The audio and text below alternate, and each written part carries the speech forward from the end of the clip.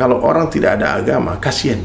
Ketika dia punya harta, dia nggak tahu hartanya mau diapain. Dia nggak tahu harta ini buat apa. Ketika orang diberi kekuasaan, tapi dia nggak punya agama, dia bingung kekuasaan buat apa. Padahal harta yang Allah beri itu untuk membangun akhirat kita. Kekuasaan yang Allah berikan untuk membantu kita di akhirat. Itu mestinya. Popularitas juga gitu, untuk memperkenalkan manusia kepada Allah. Itu mestinya. Insya Allah ya. Jadi orang-orang kaya, orang-orang yang punya harta, punya kekuasaan ini memang lebih berat hisapnya ketimbang orang nggak punya apa-apa. Masalah-masalah nggak penting aja. Saya pelukis kaligrafi. Lalu saya mulai membuat sebuah konten mengkritisi logo halal yang baru. Saya tidak menghina Pak Menteri Agama. Saya menghormati dia sebagai seorang menteri, seorang yang lebih tua dari saya juga umurnya. Tapi reaksi pencintanya, followersnya, caci maki, dibilang nggak punya adab, dia punya ini semua, sosok alim ustad, sorban bahkan dibilang di keset WC macam-macam. Saya bilang, ya Allah, kok ada orang jahat seperti ini ya.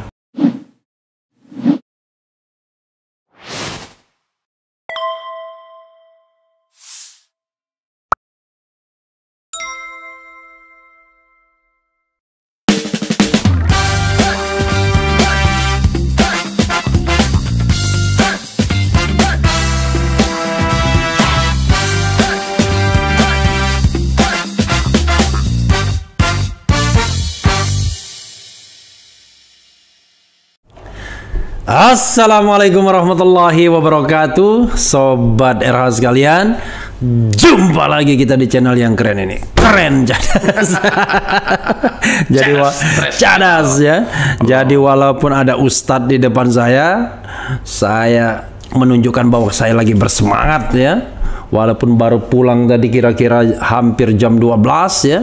Dan rupanya Ustadz pun tadi sama-sama take video, vokal 2024 ganti presiden. Nanti kalau selesai lagunya kita bisa dengarkan ya.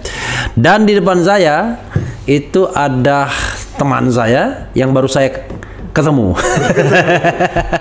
Alhamdulillah ketemunya hari ini baru. Masya Allah. Ya, Ustadz Dery Sulaiman. Assalamualaikum warahmatullahi wabarakatuh, Ustadz. Oh, kita ya. Keren Cadas ya. Jadi ini seperti kata Ustadz Dery, paling brutal ini. Kita live pukul jam 1 kurang 15 menit. Mengalahkan Habib Bahar. Jam berapa ya? Setengah 12 sampai setengah 1. Ini jam 1 kurang seperempat. Iya, tapi belum mengalahkan Aziz Yanuar. Aziz, dia kalau tidak salah live-nya pukul setengah 2 sampai setengah 3. Allah. Dari janji pukul berapa akhirnya dia datang juga, udah kita live ya. Oke, Sobat RH sekalian, menarik ya. Jadi salah satu yang membuat Ustadz Dery fenomenal adalah ya tentu cerita tentang hijrahnya. Cerita berikutnya karya-karyanya. Paling enak Ustadz bisa bermusik ya. Karena dia menggunakan bahasa universal. Karena orang sepakat dengan musik itu. Kalau enak biasanya sepakat. Cuma soal selera itu beda. Tetapi dia tahu itu lagu bagus ya. Itu musik yang bagus. Ustadz, tadi kan saya tanya-tanya, tiba-tiba Ustadz mengatakan menemukan Islam di klub malam. Ini, iya, ini this is an entry point, ya kan? Nanti kita rambah kemana-mana. Yang jelas tetap kita bicara apa tadi? Dunia hanya sementara, dunia sementara, akhirat selamanya. DSAS, ya. Itu bukan kode agen khusus Amerika Serikat. Tapi itu dunia sementara, akhirat selamanya. Silakan Ustadz.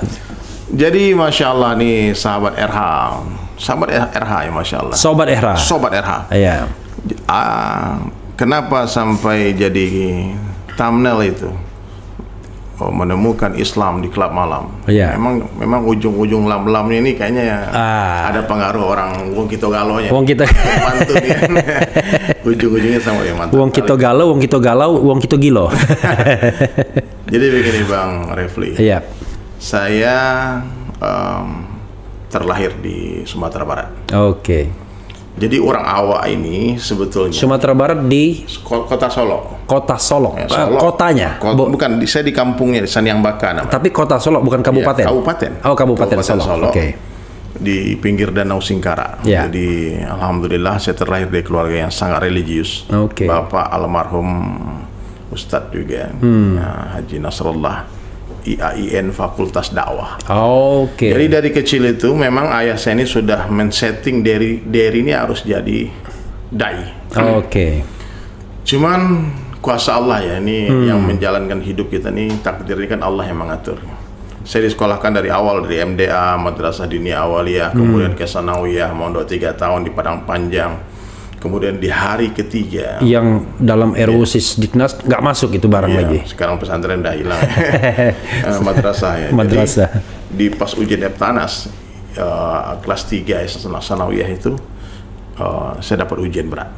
Jadi mama kecelakaan sama bapak saya. Kemudian mama meninggal. Papa luka parah. Dan tahun berapa itu Ustaz? 94. Usia waktu itu? Kelas 3 Sanawiyah. Kelas 3 Sanawiyah. Iya, saya kelahiran 79. Oke, Sanawiyah itu SMP ya? SMP. Oke. Jadi hentakan tuh begitu berat rasanya karena saya anak laki-laki satu-satunya, dimanja sama ibu sama orang tua, tiba-tiba meninggal. Dan saya hampir shock, betul-betul frustasi waktu itu Bang Refli. Nggak ada orang yang menyelamatkan saya waktu itu, merangkul saya, kecuali ada satu komunitas musik di Padang waktu itu, underground metal. Apa namanya? Musik, komunitas underground itu. Oh, underground ya? Musik metal. Jadi saya sempat terpikir untuk mati dan sebagainya. Pokoknya frustasi berat saya waktu itu, depresi berat. Oke. Saya pikir apalah arti hidup nih, orang tua begini semua. Nah, kebetulan waktu saya lanjut sekolah ke Padang, SMTI, saya sebelah kamar dengan anak-anak metal. Satu kos nih. Ya. Subhanallah. Dan musik metal itulah yang waktu itu mengobati sedikit luka itu. Oke. Jadi seketika Dery Sulaiman, Dery dulu nama saya Dery Guswan ya, pemberian orang tua. Sulaiman tuh pemberian guru saya di waktu belajar di The India. King Solomon. Oh, King Sulaiman. Jadi anak-anak metal ini merangkul saya waktu itu. Sedikit kesedihan itu hilang. Nah, kesedihan itu hilang. Dan saya memutuskan waktu itu inilah jalan hidup saya, metal ini. Saya bilang sama papa saya waktu itu, saya tidak mau masuk jadi ustadz. Saya mau jadi artis, mau jadi musisi metal saja. Oke. Nah, sehingga kehidupan saya waktu itu di Padang itu jadi masalah lah bagi orang kampung kan. Musik underground, thrash metal, cadas betul-betul ngeri kan. Sepultura. Cadas tapi tidak keren. Tidak keren. Sehingga saya putuskan waktu tamat SMA saya harus tinggalkan ini Padang, Sumatera Barat nih, karena mereka nggak ngerti musik bagus. Nah, jadi saya pergilah singkat cerita ke Jakarta 96-97. Di Jakarta waktu itu bergabung dengan satu band underground metal papan atas namanya Betrayer. Jadi Betrayer ini Bang Refli musik metal itu pengkhianat. Ya, itu band metal yang cukup disegani di Jakarta waktu itu. Ada lagunya Bendera Kuning, nanti boleh kita nyanyi. Gitar ada, tinggal nyanyikan ya. Kemudian 98 huru-hara di Jakarta, tidak boleh ada panggung, nggak boleh ada konser karena waktu itu demonstrasi di mana-mana. Pak Harto lengser. Dan teman-teman waktu itu bilang, Der, kalau lu masih betul-betul mau jadi musisi metal, ke Bali aja. Waktu itu di Jakarta ya? Di Jakarta, di Bali itu. Tapi sorry, agak mundur sedikit. Belajar musik dari mana? Kan tadi Sanawiyah. Iya, di Sanawiyah itu saya belajar musik. Karena memang di setiap pesantren itu diajarkan ekstrakurikuler musik, termasuk gontor ada. Jadi yang mengharapkan musik ada juga, tapi nggak banyak sebenarnya. Pegang alat apa waktu itu? Gitar. Gitar ya, Jadi akhirnya saya putuskan untuk pergi ke Bali. Di Bali berpindah-pindah dari satu kafe ke kafe lain, dan kebetulan hobi saya juga melukis. Di Bali itu tahun berapa mulai? 98. 98 itu ya, saat 98, itu juga. Ya, saya 1 minggu di Bali, Pak Harto lengser. Nah, jadi di Bali saya temukanlah inilah tempat yang impian saya. Surga. Teman internasional, warna-warni kulitnya kan. Iya. Terus di Legian itu satu desa kecil, ratusan kafe, diskotik. Dan kita bisa manggung suka-sukanya di mana-mana. Jadi 98, 99, 2021, 2021 lah saya kembali sebetulnya. 2021 itu saya mulai. 2001. 2001. 2021 kemarin. 2001 itu saya memutuskan untuk masuk masjid. Gara-gara. Kenapa? Gara-garanya kan? Gara-garanya. Tapi kalau gara-gara itu, kalau Palembang itu gara-gara itu bukan sebab musabab. Apa? Gara-gara itu mau cari masalah. Oh, cari masalah. Asbab ya, penyebab. Iya. Jadi di Bali itu kan minoritas Muslim. Sambil minum nggak apa-apa tadi? Ya boleh. Ini kopinya enak banget nih wangi. Wah iya. Di Bali itu minoritas Muslim. Jadi setiap ada jamaah tabligh, Bang Refli tahu jamaah tabligh, orang yang datang di rumah ke rumah, dia datang jangan-jangan. Tetangga saya jamaah tabligh nih. Iya, ada. Ada. Iya, siapa? Gitu. Kebetulan dia ini rumah yang ini. Nah, jadi dia keliling-keliling terus kan. Jadi saya ini termasuk target operasi mereka. Oke. Saya tahunya ketika masuk masjid dari tahun 98 tuh nama saya sudah ditulis di RI. Target. Jadi musyawarahkan, ini ada orang Padang nggak pernah ke masjid, orang Padang, orang punya gondrong dulu saya dulu. Dan mereka tahu latar belakangnya jangan-jangan ya? Enggak juga ya, pokoknya tahunya Padang aja. Orang ini error aja gitu, hari-hari di kafe, hari-hari di diskotik, hari-hari main musik gitu, hari-hari. Jadi setiap jamaah yang datang itu pasti ke Bali ya, pasti dia datang galeri saya. Saya punya galeri lukisan di Bali waktu itu. Oh iya, Ustadz punya bakat melukis ya? Melukis ya, alhamdulillah. Dulu saya melukis potret, dia melukis sketsa wajah Bang Refli itu bisa mirip insya Allah. Oke. Nah, kemudian akhirnya itu hijrah juga jadi pelukis kaligrafi kan. Dulu musiknya underground metal, kemudian setelah belajar agama masih main musik, tapi musiknya berubah genre lah, berubah. Jadi satu hari di Bali itu ada satu kafe di Seminyak. Mungkin kalau Bang Refli sering ke Bali tahu kafe itu. Sangat famous. Jadi saya lagi manggung. Ya. Tiba-tiba datanglah orang berpakaian semacam ini.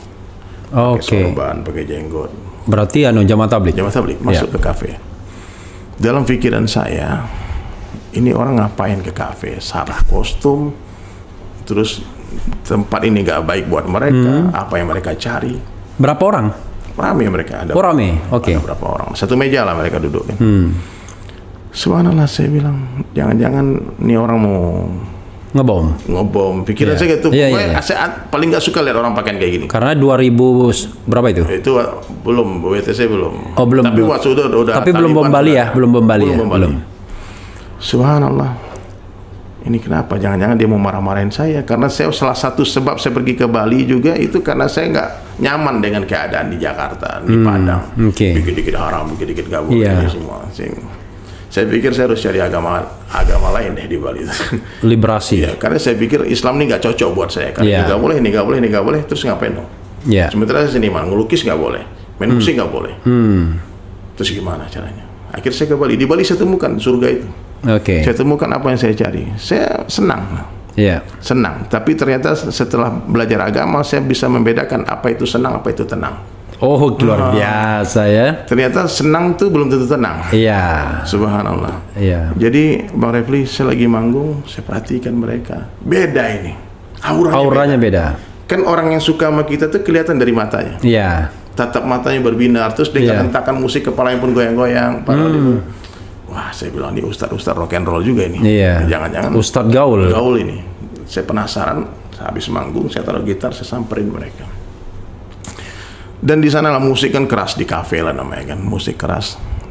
Ada beberapa kalimat yang mengesankan hati saya waktu itu. Yang bukan mengesalkan ya, mengesankan. Dia bilang apa? Kamu orang mulia. Coba bayangkan Bang Refli dandan kayak gitu di tempat maksiat. Tempat yang gelap, tiba-tiba datang satu orang membawa kabar gembira, kamu orang mulia. Pikir hebat kali orang ini ngomong, orang mulia maksudnya apa? Kamu calon raja di surga. Luar biasa. Calon raja di surga. Kenapa? Karena di hatimu ada kalimat la ilaha illallah. Dia bilang, ngapain kamu kesini? Ada beberapa juga dari luar negeri orang datang kan. Terus dia bilang, we come here looking for you. Ternyata dia siang hari sudah ke rumah dan orang di rumah ngasih tahu nyari dia malam. Kalau pagi dia. Dia orang luar negeri. Ada jamaah kan datang dari England, dari mana-mana datang di sini. Tabligh kan seluruh dunia, Bang. Subhanallah. Saya bilang. Terus dia bilang, kami mau bicara banyak sama kamu. Please come to masjid. Nah, waktu itu Bang Refli saya bilang insya Allah. Kalau anak metal bilang insya Allah, dia pasti datang. Kenapa kalimat itu jarang-jarang terucap? Jarang. Nah, yang susah, yang bingung tuh yang tiap hari insya Allah nih. Insya Allah nggak datang. Biasanya insya Allah untuk menghindari ini nggak datang, ya kan? Insya Allah, tapi dalam hati nggak datang. Gitu. Jadi saya intinya terpaksa sebetulnya saya masuk. Tapi teman saya bilang, bro nggak apa-apa, lu terpaksa masuk surga daripada sukarela masuk neraka. Oke, luar biasa. Terpaksa masuk surga daripada sukarela masuk neraka. Saya bilang oke lah. Akhirnya kami datang. Saya datang dengan teman saya ke masjid menunggu rombongan jamaah itu. Iya. Ajib itu. Waktu itu sebelum ngomong panjang lebar Bang Refli, saya tanya dulu. Wait brother, I want to ask you something. Sebelum kita ngomong panjang lebar, aku tanya satu perkara. I'm musician, you know. Aku ini musisi. What's your opinion in Islam about music? Bagaimana pendapat orang Islam tentang musik? Jawabannya hikmah, wisdom. Dia bilang musik boleh metal, sholat nggak boleh tinggal. Wih, luar biasa. Keren, kan? Jadi musik boleh metal, sholat tak boleh tinggal, ya. Luar biasa. Bisa kita bikin pantun depannya. Iya. Bisa diatur itu. Ya kan, badan boleh gatal, ya kan? Badan boleh gatal. Tapi jangan kelihatan janggal, ya kan? Musik boleh metal. Tapi sholat jangan tinggal. Oh, kali itu. Catat di kolom komentar. Ya. Kalian tulis di kolom komentar tuh. Badan boleh gatal. Tapi jangan kelihatan janggal. Kelihatan janggal. Ya, musik kan? Boleh metal, sholat jangan ditinggal. Masya Allah. Deal itu. Itu jadikan kaos. Nah, jadi teman saya juga bertanya, dia bertato kan. Dia bilang, gimana kalau orang bertato sholat? Sah nggak sholatnya? Jawabannya pun ajib lagi. Orang bertato sholat tuh luar biasa. Yang aneh tuh nggak punya tato nggak sholat. Mantap kali. Jadi kami itu betul-betul waktu datang ke masjid itu Bang Refli, itu dicuri hatinya. Diikram, kasih minum. Pokoknya nggak bisa lepas. Saya mau pulang sebentar sampai waktu itu 3 hari 3 malam kami di masjid. Bayangkan 3 hari 3 malam di masjid. Tidak balik? Nggak balik. Oke. Ya, dibilang karena terlalu enak, dikasih makan, kasih minum, ini semua ikram lah. Dimuliakan. Jadi selama 3 hari 3 malam di masjid itu, Bang Refli, Allahu Akbar. Allahu Akbar. Jadi walaupun malam begini ada tamu. Ada tamu, Masya Allah. Teman-teman baik. Ini suami istri. Assalamualaikum Bang. Oke. Inilah enaknya podcast. Orang datang kita tidak terganggu. Tidak terganggu. Silakan, Dad. Jadi selama 3 hari 3 malam, coba bayangkan. Saya tadinya nggak pernah sholat. Jaga wudhu sempurna, batal wudhu lagi. Karena itikaf di masjid kan. 3 hari 3 malam itu. Sholat berjamaah tanpa tertinggal takbiratul ula bersama imam. Otomatis kan. Mungkin orang sholat kita nonton kan. Pasti sholat. Selama 3 hari 3 malam. Ilmu sholat dan lain sebagainya bacaan dimuzakarahkan. Dan sudah tinggal direaktivasi kan, kelihatannya kan. Kan. Kawan saya itu nangis dia sholat. Nangis. Malam sampai ustadz pun takjub, ini anak-anak metal sholat bisa nangis. Dia tanya, kenapa kamu nangis? Dia bilang, aku lupa bacaannya. Saking lamanya nggak sholat, lupa bukan karena diinjak kakinya. Kalau lawak kan diinjak kakinya. Allahu Akbar. Jadi selain ustadz ada teman-teman lain juga. Berapa orang? Rame kita waktu itu. Rame ya? Oke. Sekumpulan anak metal pokoknya. Oke. Di Bali itu yang dapat hidayah itu memang anak-anak pantai, anak-anak metal, pengedar narkoba, macam-macam. Mereka semua. Dan mereka memang sebelumnya Muslim, bukan convert, bukan? Ada yang convert. Oke. Jadi selama 3 hari 3 malam itu seperti diceburkan dalam suasana agama, dimandikan oleh cahaya. Yang didengar kebesaran Allah, cerita tentang surga, neraka, kubur, kematian, malaikat, nabi-nabi, Yang didengar hari-hari ayat Al-Quran, hadis. Selama 3 hari mata istirahat maksiat, telinga tak maksiat, lisan tak maksiat, pikir tangan kaki tak maksiat. Nah, maka selama 3 hari itulah saya memutuskan untuk berubah. Ini asbabnya nih, kenapa nih orang sini tanya Titi Bali, kapan Bang Dery bisa penampilan? Jadi saya berpikir waktu itu, kalau saya ikut orang ini, otomatis saya nggak mungkin berpakaian semacam dulu. Otomatis kan kalau saya sudah mengidolakan Rasulullah SAW, nggak mungkin pakaian saya seperti James Hetfield, Metallica kan. Nah, karena kenapa saya dandannya metal, rambut dipanjangin, baju hitam-hitam, gambar hantu-hantu? Karena saya mengidolakan musisi luar negeri. Dan biar rambutnya bisa digini-giniin. Bisa headbang. Jadi gitu Bang Refli. Orang kalau mencintai seseorang, dia pasti akan meniru orang dicintainya. Orang kalau mencintai seseorang, dia pasti akan meniru orang yang dicintainya. Hari ini aneh, banyak orang mengaku cinta Rasulullah tapi nggak mau niru Nabi. Jadi penafsiran saya waktu itu, bagaimana cara mengekspresikan cinta ini, saya harus ikut Nabi. Dari mana? Dari hal yang termudah dulu. Dan hal yang paling mudah itu fashion. Pakaian, fashion. Paling mudah kalau memperbaiki akhlak dulu, ibadah, baca Al-Quran, mungkin sampai kiamat nggak selesai. Nggak akan sempurna itu. Saya pikir dulu saya mengidolakan musisi luar negeri, bajunya saya tiru, celananya saya tiru, rambutnya saya tiru, gitarnya saya tiru, lagunya saya hafal, semua tentang dia saya pelajari. Kenapa? Because I love them. Aku mencintai dia. Dan sekarang ketika cita-cita sudah berubah, ketika habis 3 hari itu cita-cita satu aja, pengen masuk surga. Dulu cita-cita saya apa? Pengen masuk neraka. Benar, saya pernah bikin kaos tuh first in hell. Luar pertama biasa masuk neraka. Karena I don't need religion. Aku bilang aku nggak perlu agama. Kalau saya sampai ada teman-teman dulu yang bilang, selalu debat kan, kamu ini begini sesat, kamu macam-macam, musik setan, macam-macam. Dia bilang, bro, kalau saja nanti di surga ada orang kayak kamu, aku nggak mau masuk surga. Sampai saya bilang gitu. Sampai kalau sama kamu nih saya bicara bukan iman yang naik tapi darah yang naik. Karena ada orang tuh hantam-hantam terus terus. Jadi waktu itu setelah saya memutuskan, ya Allah, saya dengar cerita tentang baginda Rasulullah SAW. Satu, saya pengen masuk surga. Jadi mohon maaf nih para habaib, saya pakai sorban ini udah 20 tahun lebih. Sejak 2001. Sekarang 21 tahun. Ya, 21 tahun. Jadi saya tanya sama ustadz yang mengajak saya itu, boleh nggak saya pakai sorban? Ketika dia bercerita Nabi itu bersorban, boleh. Bahkan kata Nabi sallallahu alaihi wasallam satu hadis, man ahya sunnati, ini hadis masyhur ini, terkenal. Bang Refli mungkin hafal juga hadis.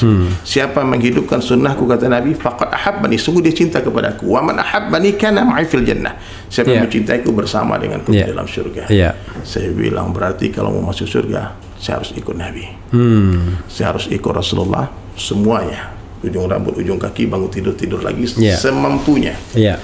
Jadi mulailah waktu itu pulang 3 hari, rambut dreadlock kayak Bob Marley itu saya gundulin. Digundulin langsung. Kemudian ini belum ada juga cambang ada dikit lah. 20 tahun masih remaja banget kan.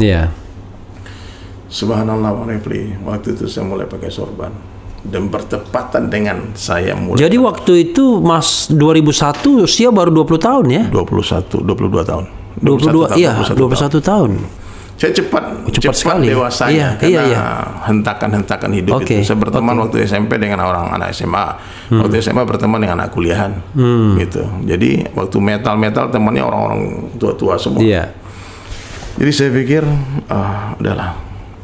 Udah merasakan juga dunia ini bagaimana. Udah merasakan juga bagaimana nikmatnya maksiat. Maksiat itu nikmat, makanya pelaku maksiat itu istiqomah dia. Terus-terusan dia.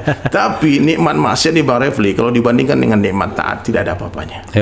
Dan tidak ada satu orang pun yang mau meninggalkan nikmatnya maksiat sebelum merasakan nikmatnya taat. Maka percuma kalau kita mau merampas kesenangan orang, nggak akan bisa. Caranya bagaimana? Seperti yang dilakukan teman-teman jamaah tabligh, mengganti kesenangan dengan sesuatu yang lebih nikmat, agama. Dia tak katakan musik saya haram. Dia nggak katakan ini nggak boleh, tapi asbab dia ajak saya ke masjid, setelah hari itu saya nggak mau lagi pegang gitar. Saya bilang, ya Allah, di sana nikmat dengan Al-Quran, nikmat dengan zikir, nikmat dengan salawat. Lebih tenang. Ini senang deh yang tenang ya. Beda. Dulu ternyata dunia. Jadi saya mengenal Islam itu Bang Refli ketika Allah beri dunia berlimpah ruah. Saya punya partner dulu orang Yahudi, namanya Zion Cohen.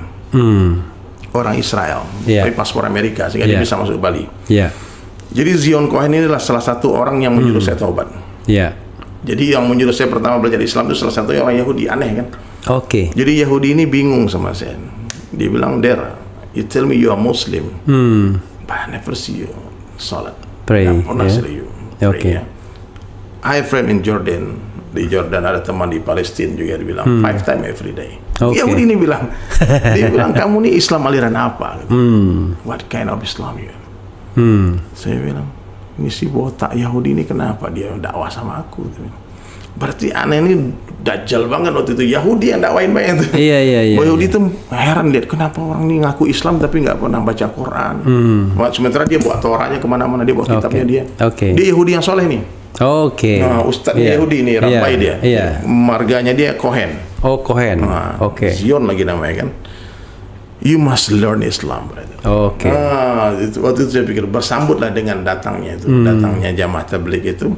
Satu sisi Yahudi suruh belajar agama, kemudian teman saya senior saya di metal sebetulnya yang dulu mengajak terus, namanya Irfan. Irfan itu gitaris Rotor, udah meninggal tahun lalu. Oke. Jadi Bang Irfan ini bandnya yang buka Metallica del Bagus. Menerima. Iya. Orang dengar kan 92. Iya. Rotor. Nah, jadi dia duluan hijrah. Nah, jadi Bang Refli, kemudian setelah saya memutuskan untuk mengganti fashion, ujian berat datang. Iya, pastilah. 2001 WTC September. Saya baru mulai pakai sorban nih. Iya. BTC meletus. Image teroris. Baru berapa bulan itu berarti? Kan 2001 WTC itu. Iya. Baru mulai masuk masjid. Tiba-tiba image teroris orang pakai sorban. Dan still di Bali. Sama Bilal. Iya. Iya. Saya masih di Bali.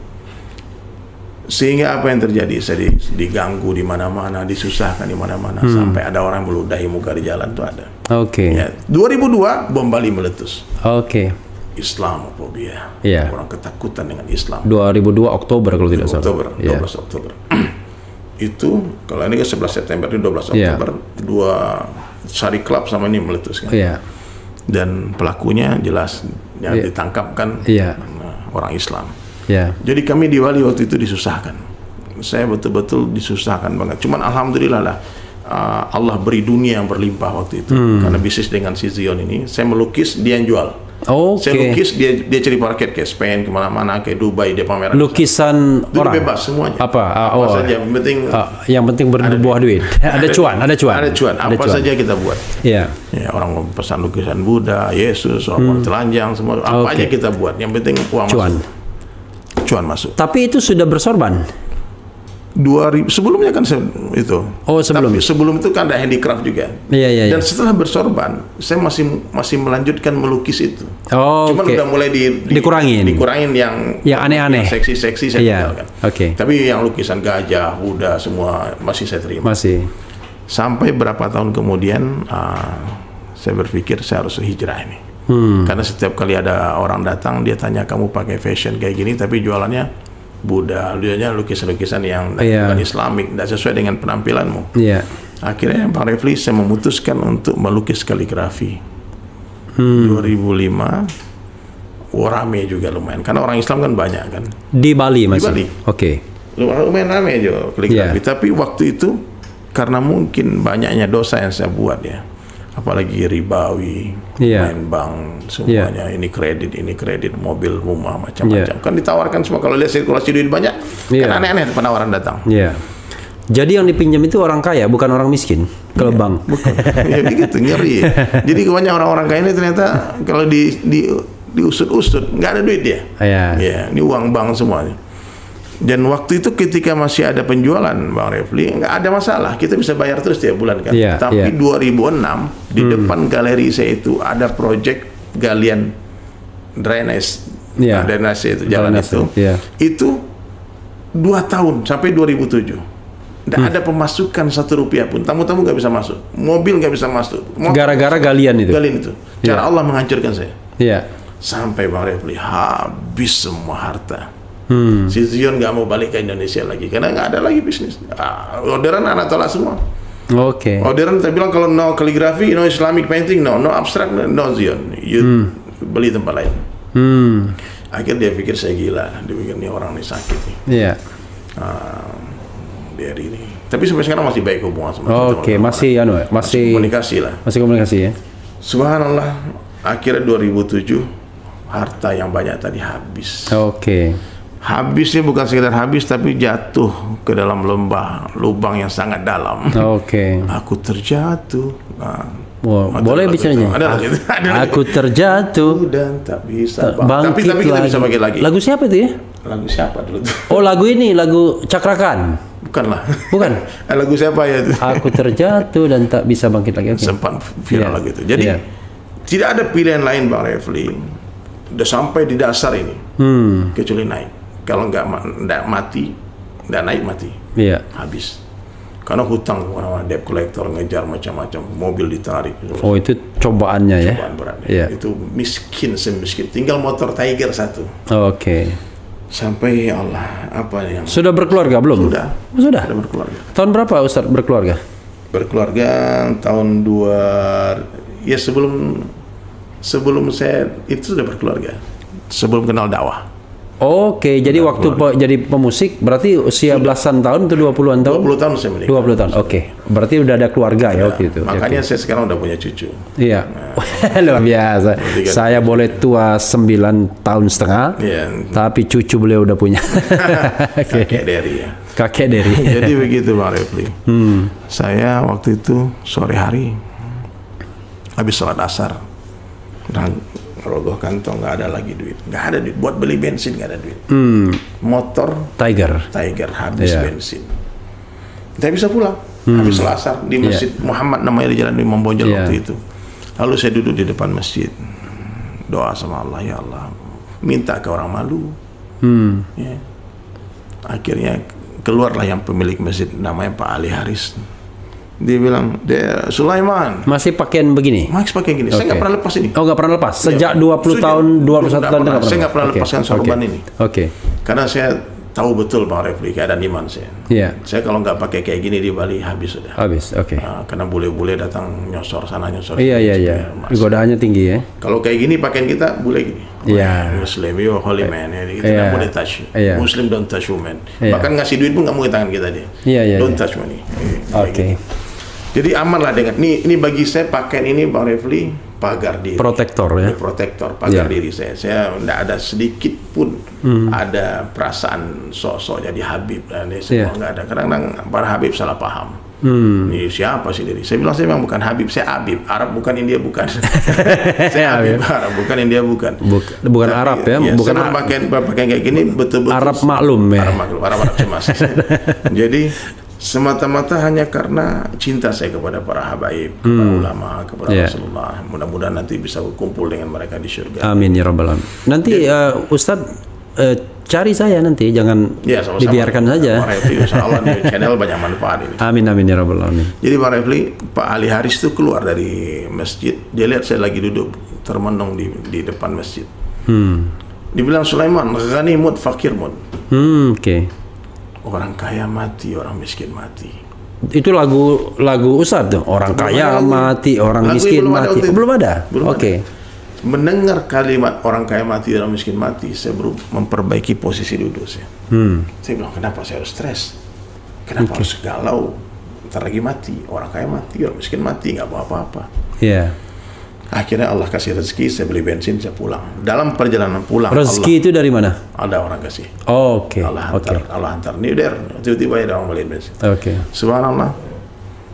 Saya pulang dapat ilham, syair, nada. Seperti Bang Refli bikin lagu kan, kadang-kadang duduk, keluar nada itu kan. Meskipun nggak bisa main musik, kita bisa bikin lagu sebetulnya.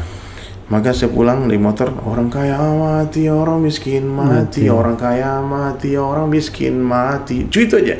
Sampai di rumah, istri lagi nyuci di kamar mandi, saya lagi, aku ada lagu bagus. Ambil kertas, tulis syair. Wahai manusia, belum ada, karena gitar udah nggak tahu kemana waktu itu, nggak ada. Jangan engkau tertipu daya oleh dunia yang fana sebagai tempat. Nggak afdol begitu. Itu gitar. Ada gitar. Ada gitar. Jadi itu gitar Ogi itu. Oh, Masya Allah, gitarnya Ogi. Jadi Bang, terciptalah lagu. Nggak punya rumah pun nggak masalah. Tapi kalau mati nggak punya iman, itu masalah. Harga iman dalam pandangan Allah Subhanahu Wa Taala sebesar darah. Itu Allah Taala harganya dengan surga yang luas 10 kali lipat dunia. Makanya kita semua wajib mengusahakan iman kita. Bagaimana caranya? Nabi Sallallahu Alaihi Wasallam satu hadis, jadidu imanakum. Kaifa nujadidu imanana ya Rasulullah? Aksiru min qawli la ilaha illallah. Wahai manusia, jangan engkau tertipu daya oleh dunia yang fana sebagai tempat ujian bagi kita. Dunia sementara, akhirat selama-lamanya. Ayo semua yang ada di studio ikut nyanyi ya. Orang kaya mati, orang miskin mati, raja-raja mati, rakyat biasa mati, Pak Presiden mati, Pak Gubernur mati, Refli Harun mati juga, Sulaiman mati juga. Semua pergi menghadapi lahir dunia yang dicari, tak ada yang berarti. Dunia yang dicari takkan dibawa mati.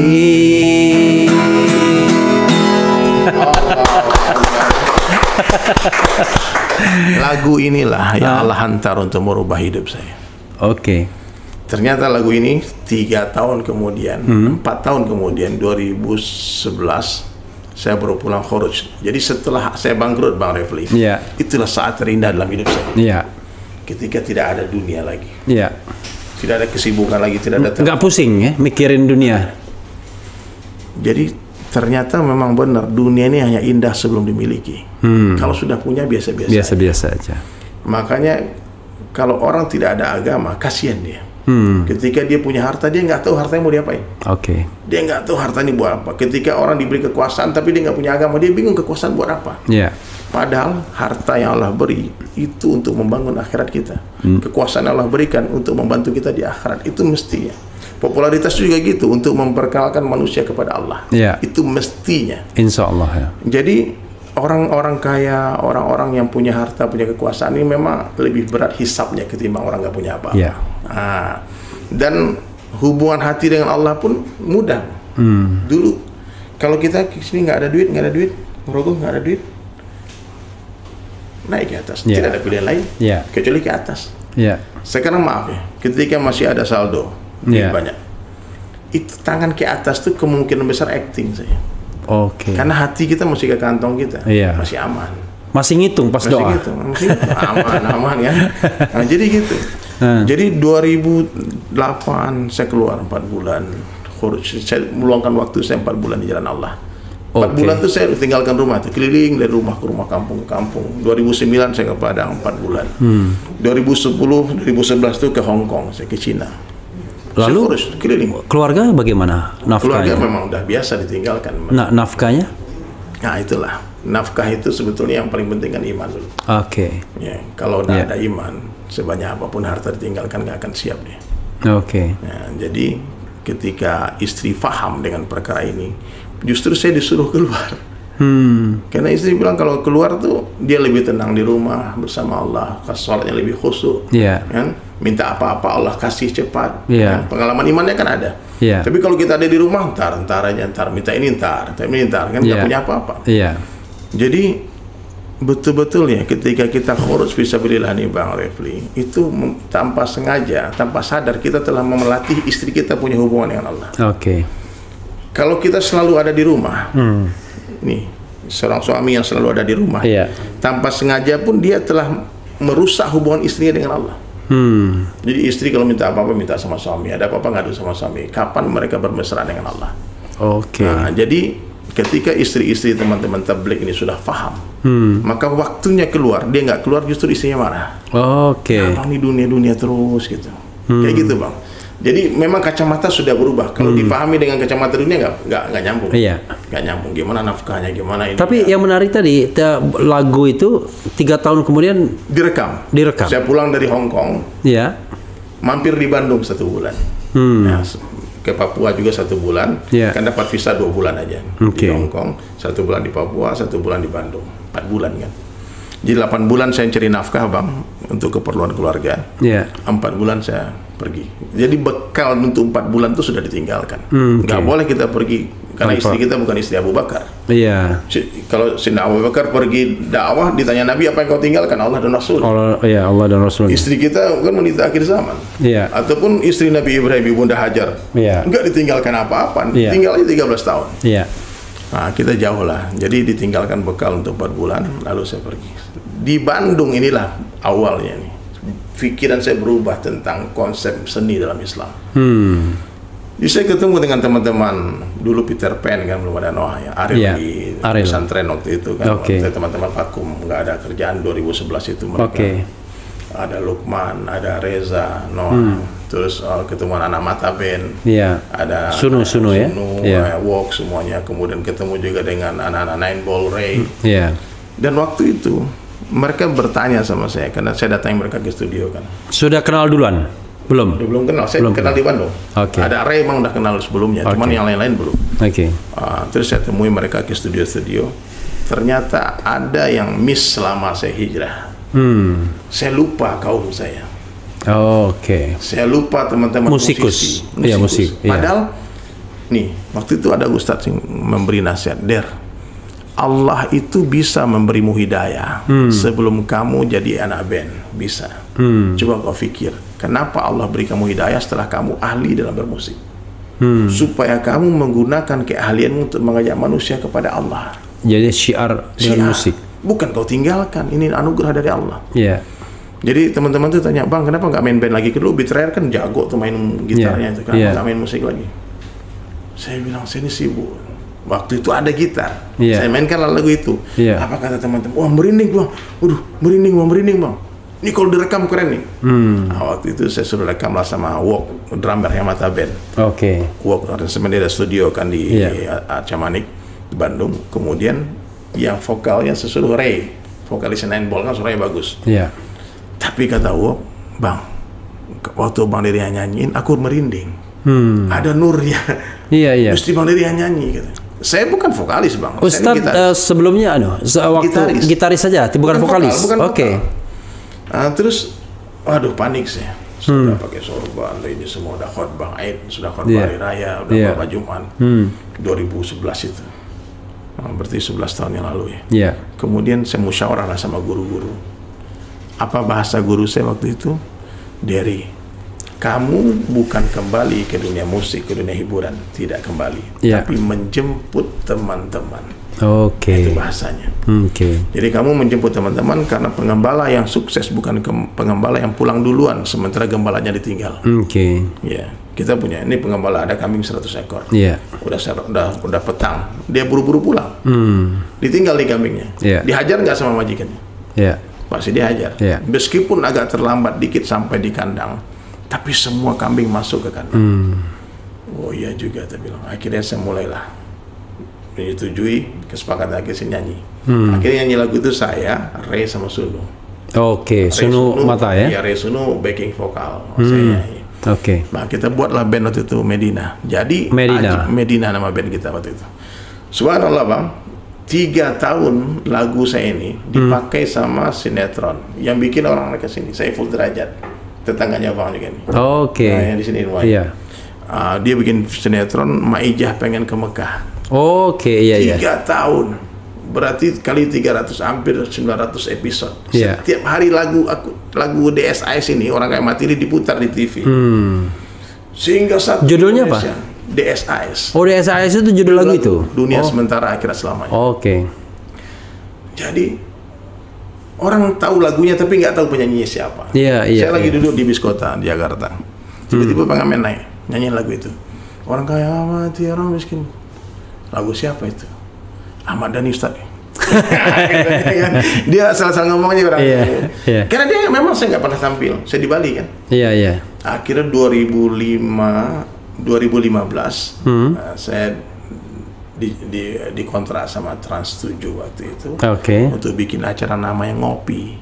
Setiap subuh pagi ngobrol perkara iman. Bukan ngopi yang begini ya. Bukan ngopi ini. Tapi ini boleh juga diminum. Boleh juga. Bismillah. Jadi Bang, ini jadi cerita panjang lebar gitu. Saya nggak pernah jarang sekali cerita kayak gini. Itu sangat bermakna dan berharga. Kali ini. Jadi disitulah Allah balikkan. Yang tadi orang nggak kenal jadi kenal. Kemudian saya produk. Yang bis kota tadi gimana ujungnya? Nggak tahu. Ustadz biar dia diemin aja. Bilang lagu saya nggak percaya juga, belum ada video klipnya.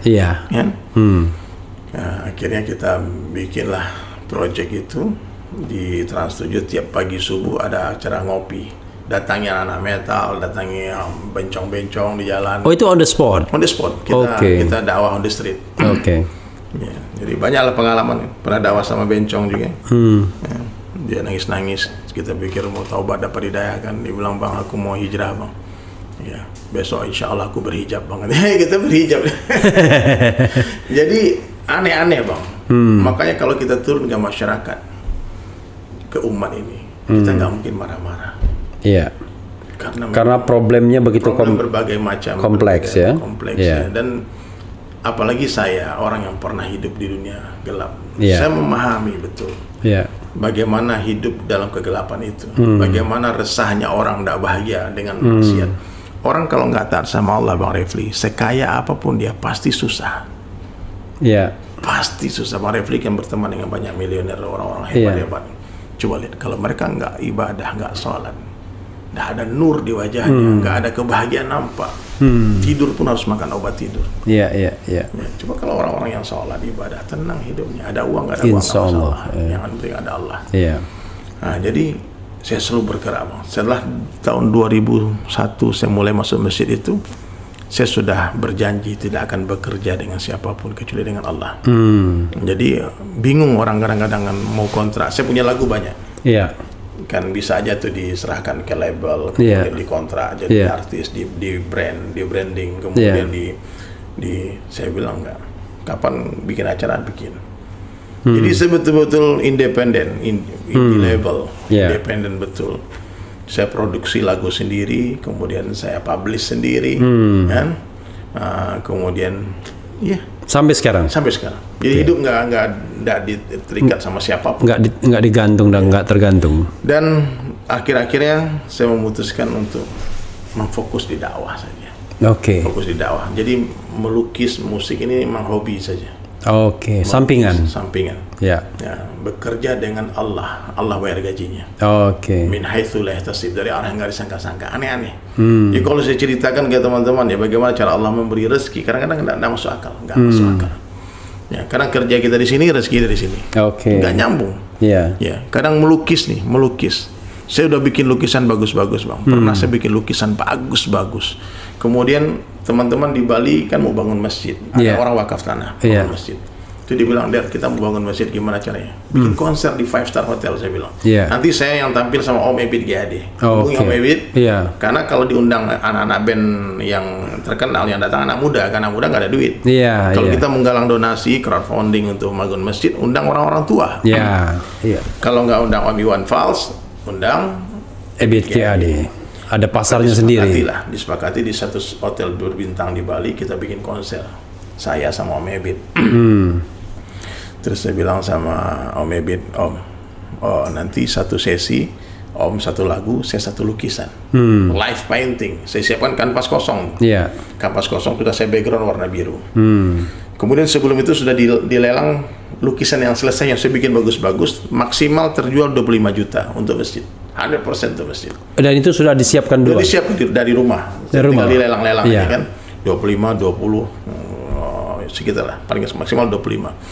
Jadi pas giliran melukis live itu, diumumkan sama MC kan. Bentar lagi Ustaz Dery Sulaiman akan melukis, diiringi oleh Om Ebit GAD untuk satu lagu. Satu lukisan, satu lagu. Lagu selesai, tanda tangan. Kaligrafi maksudnya? Kaligrafi.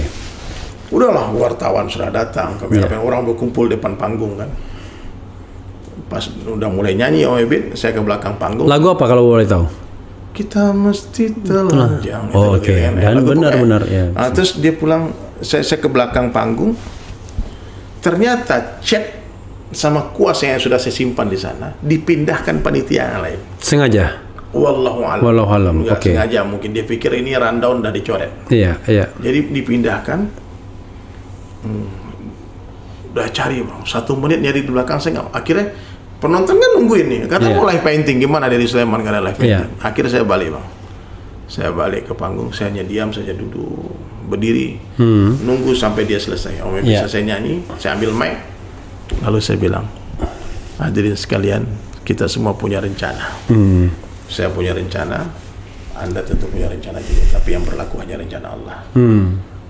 Mohon maaf, chat dan kuasa saya dipindahkan orang, sehingga saya tidak jadi melukis. Seandainya tadi ada cat dan kuas, saya akan melukis sebuah kalimat, ingat mati-mati, nggak ingat mati-mati. Oke. Nanti kaligrafi indah, tulisan indah. Siapa kira-kira yang itu mau? Maksudnya itu dalam bahasa Arab maksudnya yang mati. Indonesia, ingat mati-mati. Oh, tapi seperti kaligrafi. Bahasa Arab, ya. Oke. Saya mau bikin tulisan seperti itu. Iya. Terus dia bilang, orang-orang waktu itu penonton diam, speechless semua. Baik, ini untuk masjid. Ya, semoga Allah gerakkan hati muhsinin, orang-orang baik. Siapa di antara kalian yang mau membeli lukisan yang belum jadi ini? Hening kan? Om Ebit juga diam. Dia saya malunya kayak gimana? Iya. Katanya mau lukis live, tahu-tahu nggak ada chat. Iya. Tahu-tahu satu orang di pojok. Tahun berapa itu? 2014. 2014, oke. 2014 itu angkat tangan 5. Saya pikir 5 juta. Dia bilang 50. Saya shock, saya takbir langsung. Allahu Akbar, takbir. Ini serius nih, 50 juta. Iya. Padahal yang tadi aja 25 juta. 25 juta sudah jadi, udah bagus. Iya, sudah bagus. Oke. Ini kanvas kosong. Iya. Terus saya bilang, Allah kuasa, makhluk tak kuasa, la ilaha illallah. Saya terus bicara kebesaran Allah. Yeah. Ini kalau pelukisnya mati, saya bilang kan. Pertama saya bilang, kalau pelukisnya terkenal, nanti lukisnya tambah mahal. Nampaknya saya akan terkenal ini. 2014 itu ngomong saya. Siapa yang mau lukis? 100 satu orang pojok, 100. Iya. 150. Apalagi kalau pelukisnya mati, itu lukisannya akan tambah mahal. Dan saya pasti mati. 250, 300 sampai 500 juta itu lukisan. Oke, yang kosong itu cuman dikasih warna biru dan tanda tangan. Tanda tangan. Itu lukisan sekarang sudah jadi masjid, namanya Masjid Al-Fatah di Nusa Dua. Waktu itu Ustadz masih di Bali? Masih di Bali. Oke. Jadi Bang Refli, bukan kita yang hebat, Allah yang hebat. Oke. Itu yang harus dijelaskan. Ini para pelukis banyak yang sombong nih. Dipikir dia yang hebat melukis, bukan. Allah yang menggerakkan hati orang. Nah, maka terus bergulir tuh setiap ada penggalangan bangun masjid, saya cuma satu pikirannya, saya punya lukisan, saya tidak punya duit. Sampai hari ini pun bukan miliuner, punya rumah, enggak punya. Saya bilang saya ada lukisan. Waktu Imam Samsi Ali bangun pesantren di New York, saya menyumbang 10 lukisan di dua kota, bikin konser kan, di Jakarta, di Kuningan, sama di Bandung di Trans Luxury Hotel.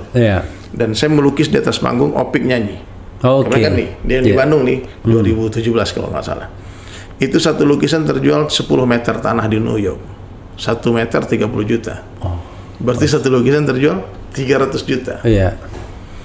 Subhanallah. Yang membeli? Orang Bandung. Orang Bandung. Yang membeli waktu yang 500 juta juga orang Bali. Pengusaha dari orang Minang juga, orang Jawa juga. Subhanallah. Dan pengalaman saya dalam melukis, Bang Refli, saya pernah dapat penghargaan Muri juga melukis kaligrafi tercepat. Saya melukis 100 Asmaul Husna 3,5 jam, ukuran 120 x 90. Asmaul Husna. Asmaul Husna. Jadi satu lukisan terjual 10 juta. Berarti mengumpulkan donasi 1 M dalam waktu 3,5 jam. Oh, jadi Asmaul Husna itu yang dijual 99 itu? 99. Jadi Bang Refli mau yang Ar-Rahman, ini yang ini. Jadi sebelum acara itu saya sudah hubungin teman-teman semua. Kamu yang mana, mau yang mana, mau yang mana. Ini udah oke. Akhirnya ketika acara Muri menyaksikan. Ini kan dapat ekor Murinya Bang Refli ini. Apa nih? Unggahan video monolog terbanyak. Allahu Akbar, Masya Allah, ini harus ini. Berapa banyak ini sebetulnya? Jadi kan durasi saya itu Ustadz kan 2 tahun ya. Tapi itu kan November 2021, tapi penghitungan kira-kira sampai Oktober saja. Itu lebih dari 1000 monolog. Video? Ya. Dalam jangka waktu ya 1,5 tahun lah. Itu berarti bisa dibayangkan kalau 2 tahun kan itu kan cuma 700 lah kira-kira. Ini 1000, 2 kali lipat. Jadi bisa dibayangkan saya monolog sehari itu minimal 2 minimal. Tapi sekarang bisa 10, bisa 6 ya. Mau suka-suka saya aja. Jadi dan sekarang ajib lagi. Saya bikin project. Ini project ini pertama di dunia. Mau lukis Al-Quran 30 juz. 30 juz. Dan ini untuk pembangunan masjid di Kampung Bang Refli di Palembang. Di daerah mana? Di daerah Demang Lebar Daun. Jadi Jalan Bang Raya namanya. Jalan Bang Raya. Bang Raya. Jadi sobat era sekalian yang dari Palembang itu ada pembangunan di Demang Lebar Daun. Ada masjid 4 lantai namanya Masjid Baitur Rahman. Masjid Baitur Rahman. Masjid Baitur Rahman di Palembang. Jadi Saya bukan orang Palembang, jelas. Jadi sebab musababnya seperti apa? Jadi saya ada undang tausiah di khutbah di Padang. Saya naik mobil dari Jakarta ke Padang, sampai di Palembang ada pengumuman Pak Jokowi PPKM darurat. Oke, tahun berapa itu? Baru tahun kemarin. Baru tahun kemarin? Iya, PPKM darurat. Tak boleh datang? Belum setahun. Akhirnya panitia membatalkan acara. Nggak jadi acara, nggak boleh rame-rame. Akhirnya saya putuskan daripada ke Padang, mendingan aku berhenti di Palembang aja. Ngapain mau habis-habisin bensin ke sana kan? Acara kan? Di Palembang nginaplah di hotel di Zuri itu yang tinggi itu kan. Saya nginap di sana, terus sholatnya random. Hotel Zuri? Ya, Zuri. Zuri yang saya nginap sana sampai sebulan saya di sana. Karena balik ke Jakarta juga ngapain? Sampai sebulan? Sebulan saya di Palembang. Saya keliling-keliling aja. Nah, kadang saya datang, semua saya datang gubernur, saya datangin, Pak Gubernur Hemandero juga bingung, ngapain Ustaz ke sini? Nggak ada undangan, nggak ada acara apa-apa. Ya silaturahmi ya Pak. Kan silaturahmi karena Allah sih. Akhirnya Agung Palembang itu, Masjid Jamaah Masjid Baitur Rahman itu dia bilang, Ustaz Dery, kami ini udah bikin doa hari-hari itu ngundang Ustaz datang. Dia udah tahu saya di Palembang tapi nggak tahu nginap di mana. Karena saya matikan handphone. Saya nggak terima job dari mana-mana. Saya betul-betul menghabiskan waktu untuk keluarga aja di sana. Mau relax. Banyak keluarga di sana? Nggak ada. Keluarga saya yang dibawa? Di Jakarta. Saya nggak punya family di Palembang. Palembang bukan tempat merantau saya. Jadi orang sering bertanya, kenapa di Palembang? Bahkan Pak Gubernur Sumatera Barat, Buya Meli tanya, kenapa di Palembang? Nggak tahu juga saya bilang. Jadi akhirnya saya datanglah ke Masjid Baitur Rahman itu. Saya lihat masjid yang besar kerangkanya 4 lantai.